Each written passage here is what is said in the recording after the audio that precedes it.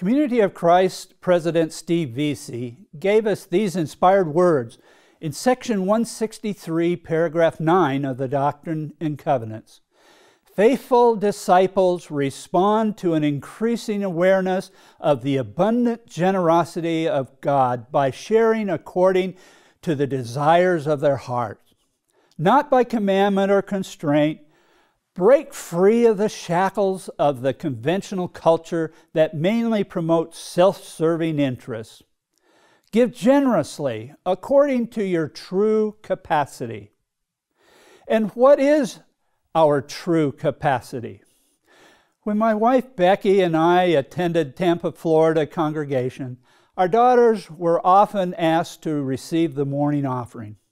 As they got near the back of the church, Fred would raise his hand indicating that he had something to contribute, a penny or two, a nickel, or possibly a dime, coins he found off the streets that he considered his home. It reminded us of the widow that came to the temple to offer her 2 mites. Both acts were of profound generosity because they both gave all that they had. About 10 years ago, a family approached the leadership of the church to discuss a contribution they wanted to make. They felt extremely blessed and wanted guidance on how best to make their donation. It was reported that they gave $40 million unrestricted gift to help advance the cause of Christ's mission. In both of these situations, each gave to their true capacity.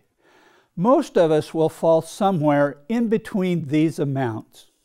True capacity is a decision that each of us must determine through prayerful discernment of how God has generously blessed us. The first 2 principles of a disciple's generous response teach us first that a disciple practices generosity as a spiritual discipline in response to God's grace and love.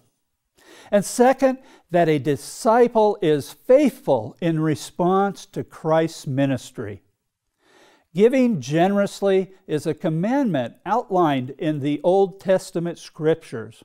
The 10th verse of Deuteronomy chapter 16 provides us guidance for our giving to mission tithes. Each family contributes a free will offering in proportion to the blessing that you have received from the Lord your God. And again in verses 16 and 17, that you shall not appear before the Lord empty-handed. All shall give as they are able, according to the blessings of the Lord your God that He has given you. For us in Community of Christ, stewardship of life is an expected response to God's love and generosity. Giving of our tithing equally to local and world church missions reflects the proportion of God's blessings to the uniqueness of our individual circumstances.